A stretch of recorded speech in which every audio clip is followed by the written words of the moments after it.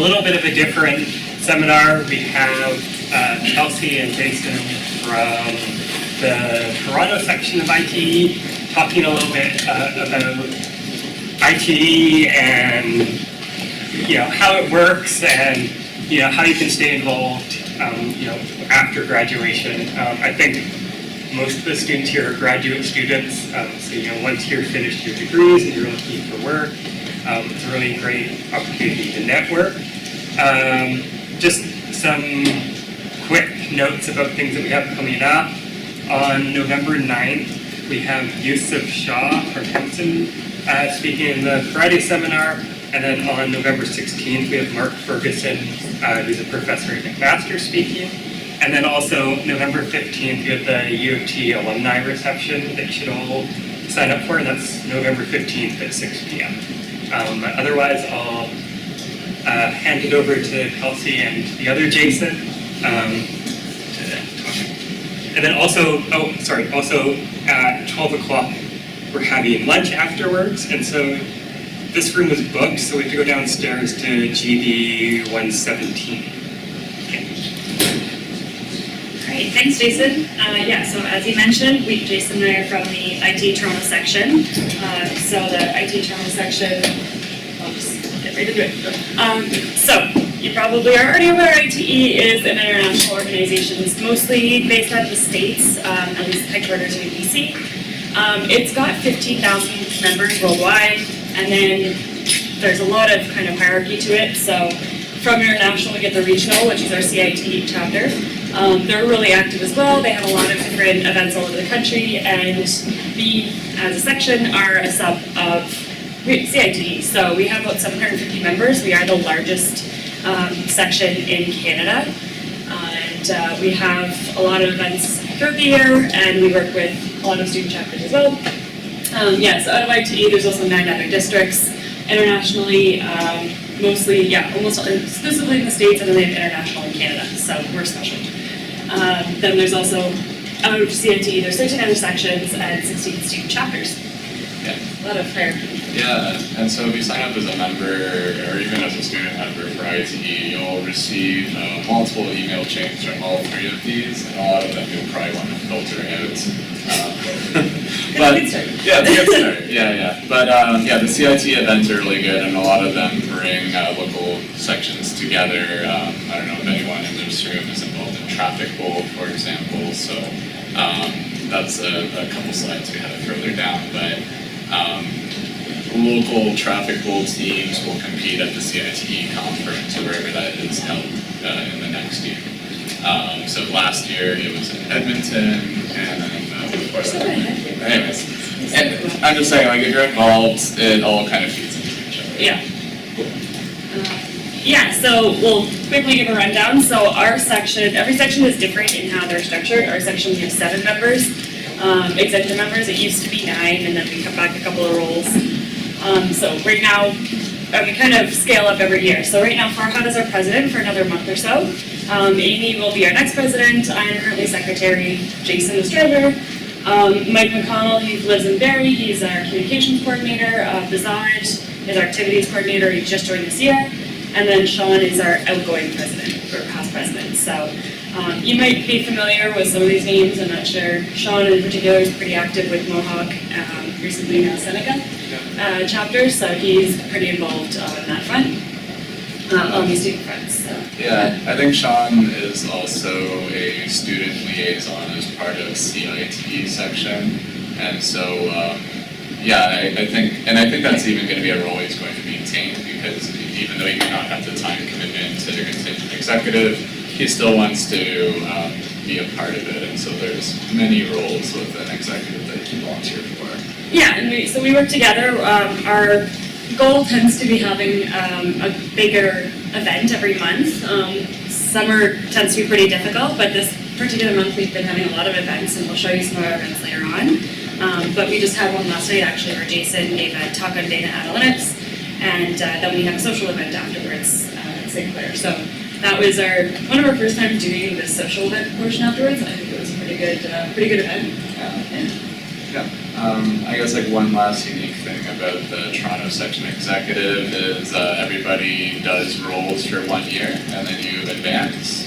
Other sections, sometimes they'll do elections for every single position, but this works for our executive. So when you get nominated as the activities coordinator, and then every year you move up into a role with a little bit more responsibility.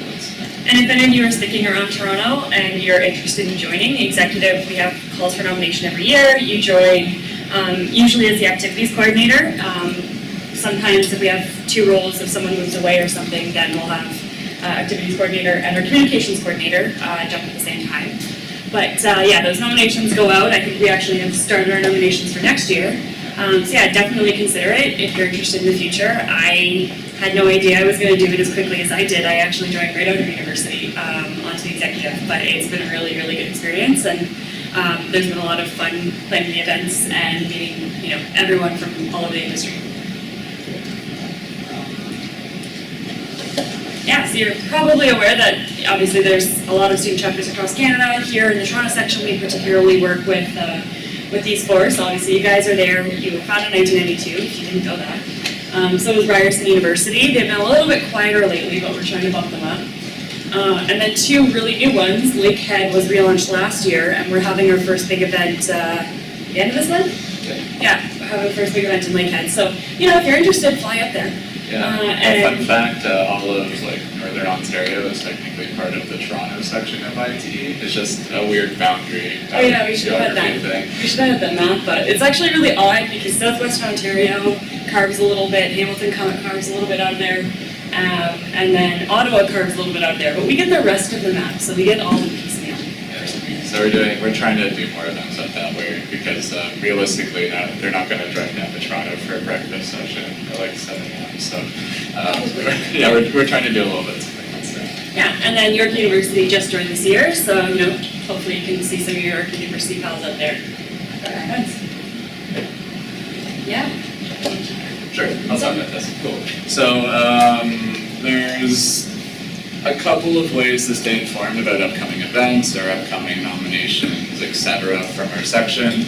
The best way is just to sign up to the mailing list. If you are a member of IT, you automatically get signed up to the mailing list. But if you just email anybody that's on the webpage that has an email address, eventually someone will just add you to the mailing list. It's pretty informal.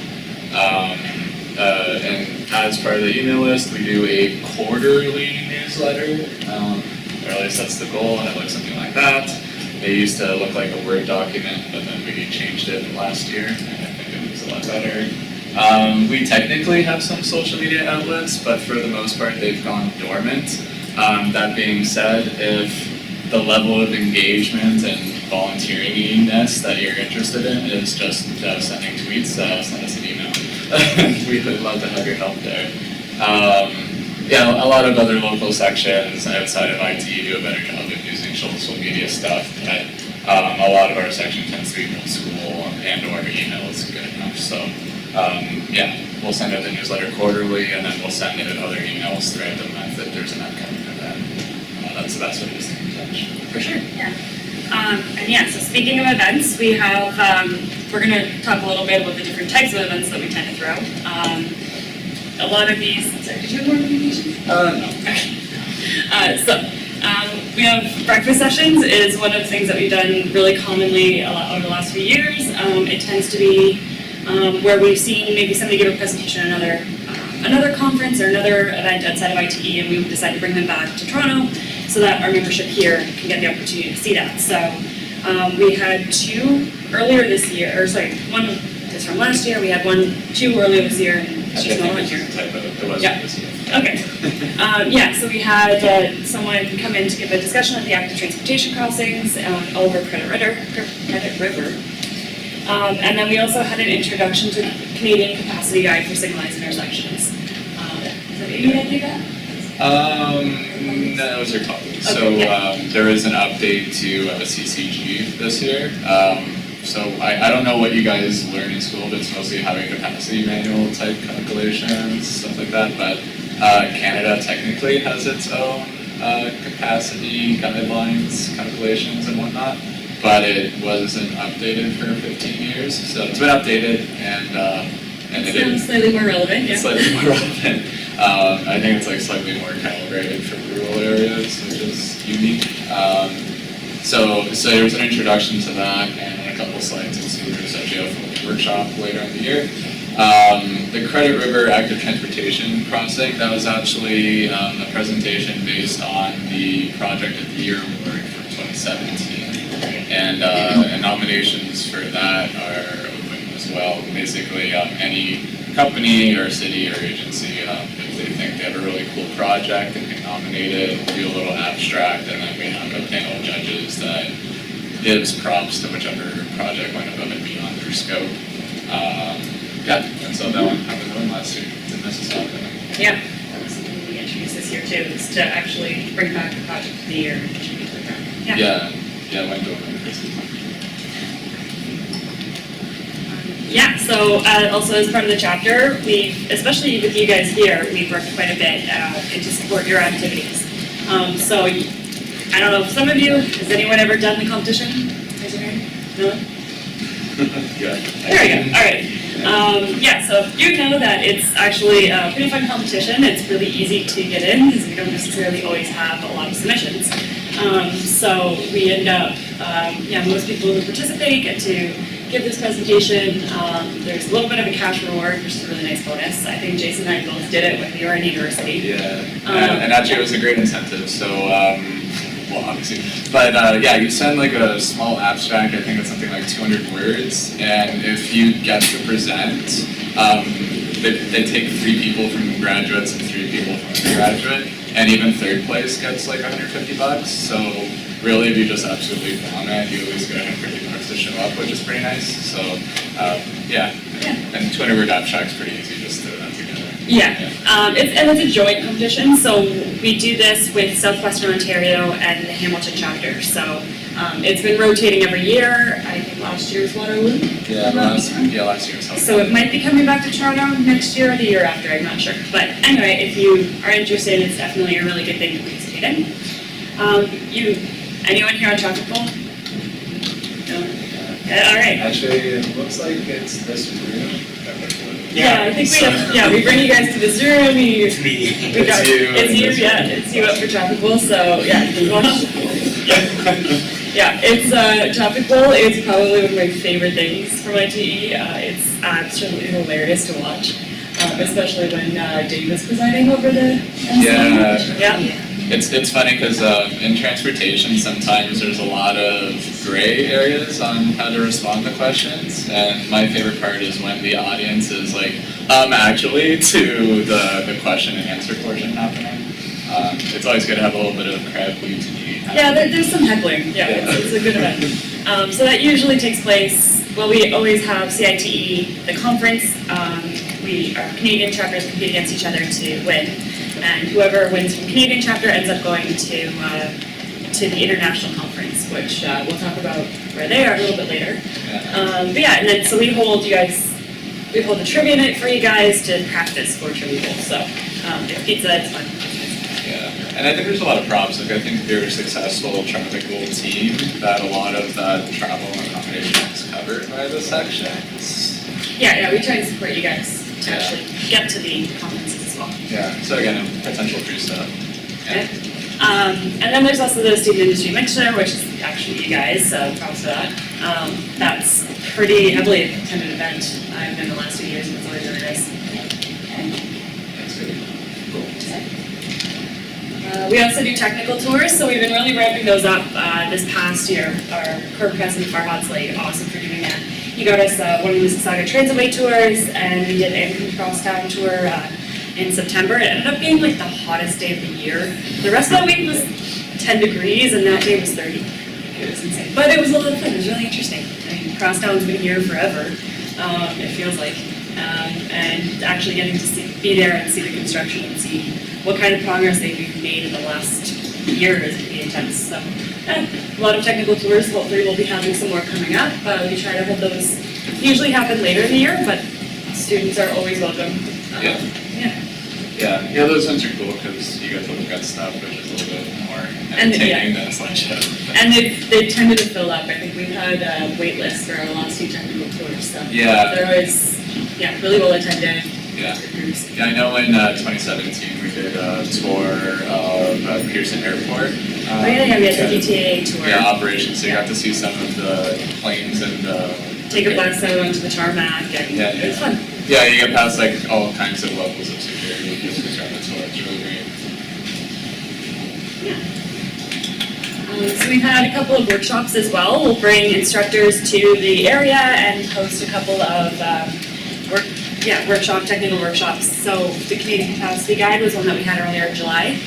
We're currently arranging one to do work zone. FHWA. With the Federal Highway Association. So they've got, we'll be bringing an instructor and basically it's a similar sign up. We typically also have discounted rates for students as well. We see a lot of consulting tends to come onto that pretty heavily, but it's always really good to have that additional training opportunity. Yeah, so if you happen to have an employer or you're on a co-op term or whatever during that time, those types of workshops are usually easier pitches because there's actually a training component added to it.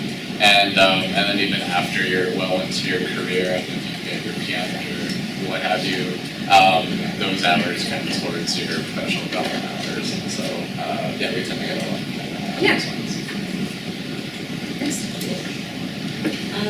And then we have 2 luncheons a year. So we have our. This year we're doing 3. This year we're doing 3. Well, I included the multimodal. Oh, sorry. We always have 2 a year. One's our spring luncheon, and then we have our Christmas luncheon. Christmas luncheon is coming up, in a month. And it's always the same place. Our spring luncheon tends to revolve around. I think we hosted at U of T and Ryerson a couple years ago. We were in Hard House this year, 2 years ago. I think we were in Distillery this year. Yeah, that's right, and so we always get a speaker from the industry. We got Barbara Bray last year. This year we had Dr. Allison Smiley for our luncheon. We have our upcoming Christmas luncheon. We have, blanking was made from GTA. It's in a couple slides. Okay, then we'll see that. So our luncheons are always also really well attended, and we discount them really heavily for students. I'll make that comment. So you get a really, really delicious lunch, plus a lecture for like a fraction of the price what we charge our consultants. So it's like $65 versus $10, so it's a pretty good discount. Yeah, and it's a really good opportunity to network as well because we tend to get a lot of employers out, a lot of different people from the industry, as well as they're all sponsoring so that students can come. So they like to see it when students are there. Yeah, and there's usually like a networking and schmoozing portion as well, so that's always a good time to, just accidentally have a couple of resumes on you. Yeah, and if you make the right friends, usually you can get a drink or 2. Yeah, so that's good. The multimodal panel was an interesting one. So within ITE Toronto, which is the 3rd tier, there's also a somewhat mostly inactive technical committee that does events that are far more technically focused, less aware, or less talking about projects or politics, just more talking about the techie stuff. This year was kind of somewhere in the middle. We did a multimodal transportation panel, so we had a couple of consultants, a couple of people that work in public sector, and then we were just discussing multimodal analysis and how it can apply to moving projects forward, because bike lanes and transit are becoming more prominent features in design, but what numbers and metrics are actually using for that sort of stuff is still catching up. We just don't have the data a lot of the time.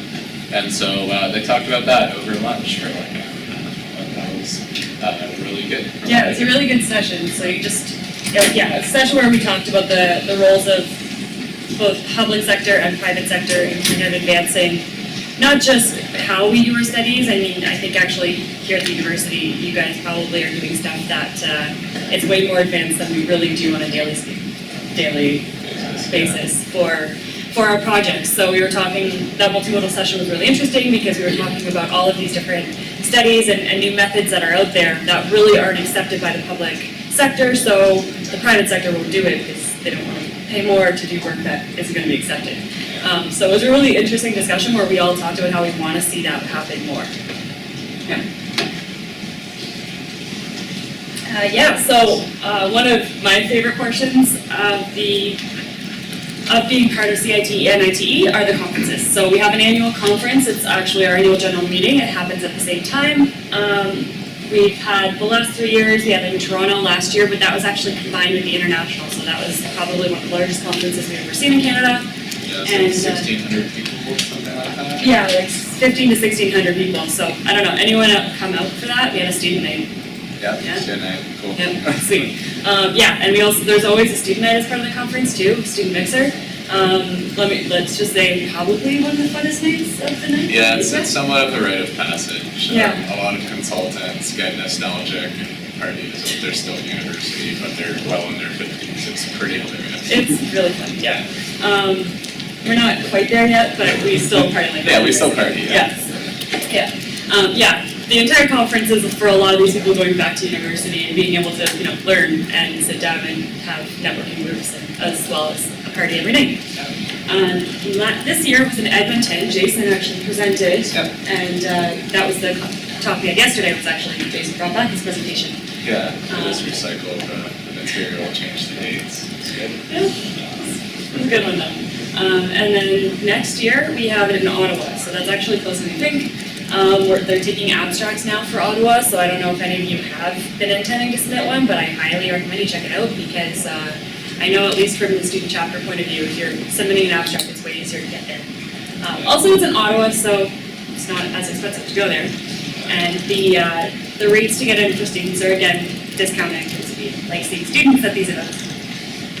Yeah, and I know when I was in grad school, albeit at the University of Windsor, usually they covered my conference fees, so maybe something that email your professors about. And also IT International Conference, I think, was in Minnesota this year. Yeah, it was Minnesota this year. I can't remember where it is next year. Yeah, and that one rotates through all of the second tier districts, so I guess they'll be in Canada again in 8 years, so mark your calendar. 8 years from now, if you're still around, it'll be in Canada, good time. Then the conferences are also where we have traffic bowls, as we were talking about earlier. So some of you might have gone to traffic bowl at the Sandford, the conference for traffic bowl, hopefully. Okay, so I'll talk about upcoming / yesterday's event. So yesterday we actually teamed up with UT-ITE Toronto. Does anyone go to their events in the audience? Yeah, a couple. So UT-ITE is Young Professionals in Transportation, Toronto section, and they do mostly social events and mostly for the 30 and under crowd. So they tend to be pretty fun. It's not like a strict hard rule they have for 30 or under, but I think it's 35 and under. It's a strict rule. Yeah, and then they kick you out. So we teamed up with them because we're doing an evening event. A lot of our members were complaining about how all of our events happen during the workday. And so we did an evening event and we teamed up with them because that's the type of event that they do. And it was a good time. I talked about data analytics and how writing reports is the worst and we should stop doing that. And then we went to a pub afterwards, so it was a good time. So next event, so like I said, we're technically supporting Thunder Bay and all of their endeavors. So we're doing a Thunder Bay luncheon in the month. That one's going to be physically at Lakehead University, which is a good little nudge to the students there to attend. And is the weather actually great? Yeah, totally. I'm like reading I don't know. November in Thunder Bay, what better weather could you want? It's an indoor event, so you should be okay. Yeah. Christmas luncheon is always the first Friday of December. Yes. Cool. And it's always at the Toronto Curling Cricket Club. It's at like a York Mill Station, so it's pretty close to there. It's TTC accessible. It's also really fun to watch curling and skating because we have the upper floor, so you just like watch all of these professional skaters go around the road. It's pretty fun to watch. It's like TV. Yeah. So the keynote is, I guess, involved in Pearson Airport area. Airport Development and Technical Service, Pat Neville, he's going to be talking about the transportation hub that they're proposing at the airport. I think it's still proposing. Yeah, they're proposing and kind of developing very large-scale plans to increase the capacity of Pearson as well as bring other lines and connections into it to make it a really large transit hub for the region. Yeah. So we have the Vice President of Airport Development and Technical Services. I believe he's part of UT-ITE, but correct me if I'm wrong. Yeah, so Pat will be speaking to our membership there. We also have, again, as I said, a really, really good lunch and a lot of networking kind of before and after the session. Yeah. So, Yeah. And that event usually sells out. It's usually 120 to 130 people show up. Yeah. Lots of consultants, lots of people like that go every year just to network. So yeah, it's a good time. And then, yeah, as we said, so we have a work zone, traffic strategies, FHWA course, which we move to next year. And details for that are going to be circulated once we figure that out. So. Yeah. Yeah, that one is still planning, but wait and see. Yes. Yeah, and as part, so there's tons of awards, there's tons of elections and scholarships that happen all throughout ITE. Our particular ones for our section is, as we mentioned, we have, elections every year for our executives, so that nomination is the end of this month.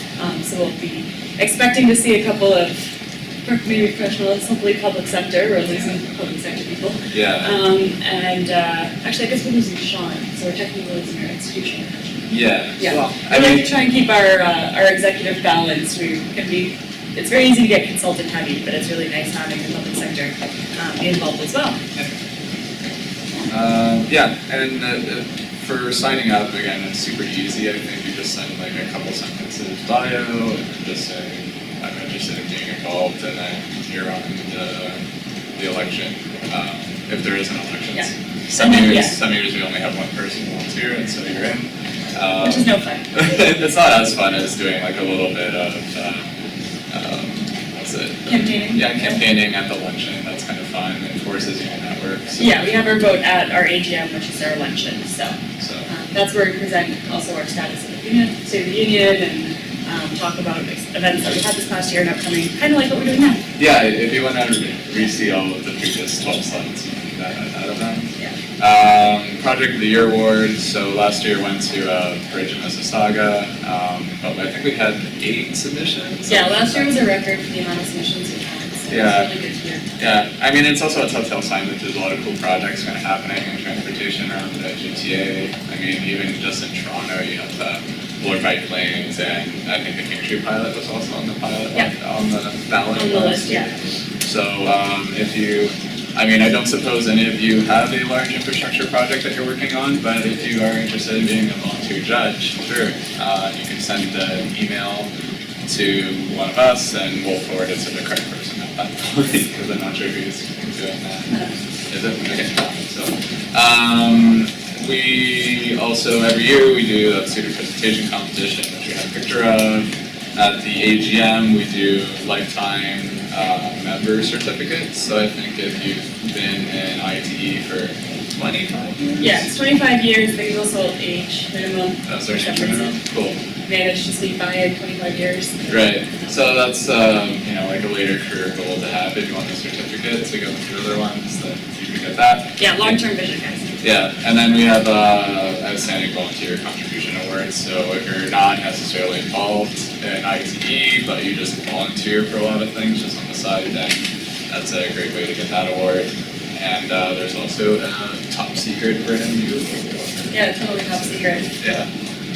Just attend a lot of events and just see what happens. Yeah. Nice. Did you have anything to add to the volunteer? No, I think next. Okay, cool. Probably next. Yeah, so obviously we're here to not just give you that update, but let you know how you can get involved if you're, I see a show of hands of anyone who is a student member of ITE. Right, so we got a few. If you aren't, sign up. It's really, really easy actually, and the first year membership is free for students, and it's not actually a significant cost afterwards. It's, like ITE, it's a scaled rate as per your, I think your levels of your years of age. Years of age. Yeah. And then they also look at whether you're public sector or private sector employee. So yeah. it does scale, it does get more expensive as you go on, but for now, as students, it'll be pretty cheap. Yeah.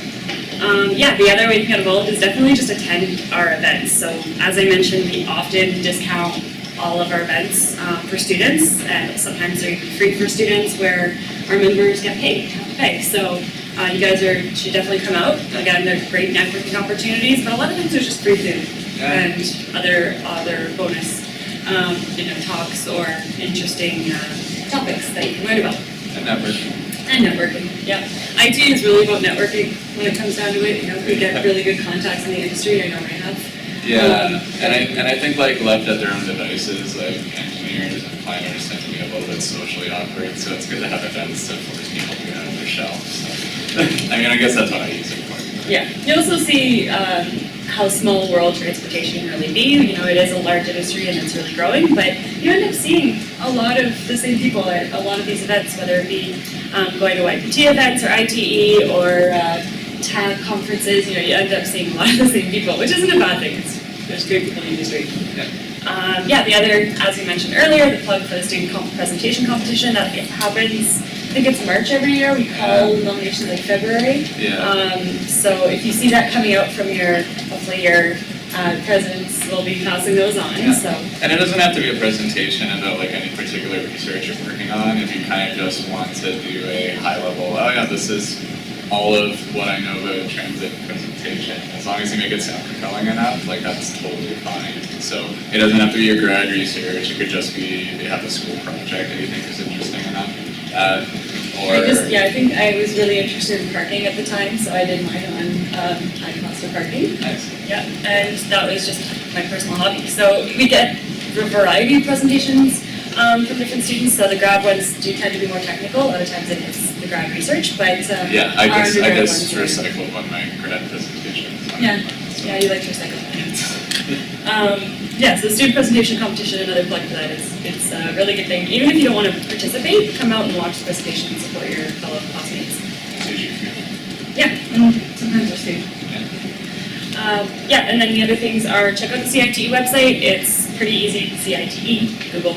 And then there's also a list of scholarships and awards. And I can tell you from personal experience that they aren't as utilized as well as they should be. And there is a lot of scholarships out there and scholarship money. So if you like money, then definitely take a look. There's a lot that just don't get awarded. Yeah, they don't get applicants, so not a bad thing to check out for sure. Here is the text version of our section executive. Yeah, and I think our slides are getting posted from what I understand, so you guys can take a look if you want, and if you want to contact any of us, our details are there. Cool. Earlier in the year. Oh yeah, and this is just something fun. So we found that our membership, before 2018, we were seeing some drops in events, so we decided to really do a push and see what events people are interested in. So we had this survey and figured out, what kind of events that we really want to see. And apparently people liked, pretty much everything across the board. But we definitely saw more technical tours, technical training, and luncheons. So we increased those. Yeah. And we've had really good attendance at all of them, so I think it worked. Yeah, people didn't troll them. No. And then we were also wondering, we saw there was a lot of preference for times that we weren't already covering. We had a lot of breakfast sessions happening, but breakfast sessions weren't actually that popular. So we saw that people really liked it during the workday. They really liked lunchtime, but we thought the evenings were untapped opportunities. So we had our first evening event yesterday. Yeah, and I know it is somewhat counterintuitive that people would want to attend events during the workday and lunchtime, but like I said, depending on how technical the event is, a lot of people get their employers to send them to these types of things. And so I think that was part of the incentive why it happened. And then I think people wanting evening events is probably younger people, students, not wanting to wake up and try to get to York Region for 7 a.m., which is totally understandable. And so we're trying to do more evenings that way. Yeah, definitely. We also saw, we wondered where everyone was coming from and where they wanted to see, so I'm pretty sure you guys would probably want downtown Toronto. You're in the majority there. I mean, sorry if I'm assuming for anyone. Yeah. So this is pretty good representation of where our membership is as well. We do see a lot of people in downtown and midtown, so we have been focusing a lot of our events there. We do have a pretty big contingent from up north, and then some are actually in Barrie, so we're going to be trying to push something for Barrie for next year. And I think it also, the unintended consequence of that particular poll kind of shows just how tapped out people from Thunder Bay are to not participate in voting for that one. They're just, they probably didn't even read the email. And so, Yeah, so that's that's part of the reason why we're trying to help do that Thunder Bay and coming up. Yeah, so they are still technically fourth part of us, but we're trying to kind of, since they're very isolated, we are trying to kind of top up their membership to really start planning their own events, and we can fund them and we can help with planning, but I think only one of us can really get up there, so. Yeah. So I guess that's a good way of just tightly rounding up the presentation. So at the end of the day, our organization supports a lot of events and other people that want to volunteer and run and host and whatnot. And so it's just an invisible barrier between you and the organization itself. So if there's any events or sort of technical tours or even just idea pitches, you'd be surprised how quickly those things get acted on if you just let us know.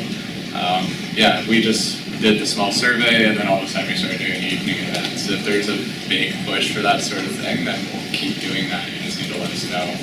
Or if you have any ideas on, hey, I heard about this person's research or this person's talk, or I'm really interested in this project, is there any way we can do a tour or a talk about that? Then we'll just start emailing people. It'll probably happen. Yeah, most organizations have people in our membership and someone knows someone. And so, yeah, we can make that sort of thing happen. Or, Yeah, and you can definitely, use your leadership for your student chapter. They've got our contact, so I know I've emailed back and forth with you guys as well. So definitely reach out to anyone if you're interested in, again, those opportunities. I highly encourage you to keep an eye out for events and hopefully have your presidents and your student chapter forward you that information, because they do happen fairly frequently, and they're really good to promote to. Yeah. Any questions? Anyone curious, burning questions? What did you guys see on the crosstown tour? I couldn't make it because I'm really cool.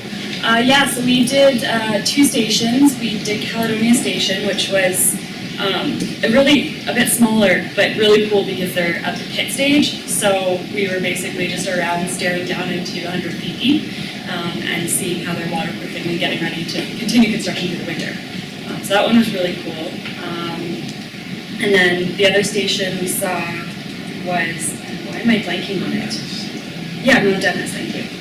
We went to Mount Dennis Station, which is incredibly large. So that was really cool because we basically it took us an hour just to walk across and see all of the various construction stages that are happening. It's pretty much any stage of construction you want is happening on that site. So that was really cool, really cool to see. It also gives less confidence in their deadlines, but still interesting and cool to see how much work they can get done. And some of the things they were like, oh yeah, this is going to be closed in a month. It's like, I don't see how that's going to happen, but it's a month later and it's closed, so it's cool. Yeah, those construction sites are on an extremely tight deadline, so it's amazing how quickly things turn over. But I suppose that's true for any site. Obviously there's a condo going up near where I live, but that goes up about 1 to 2 floors a week. It's pretty crazy construction in the city sometimes.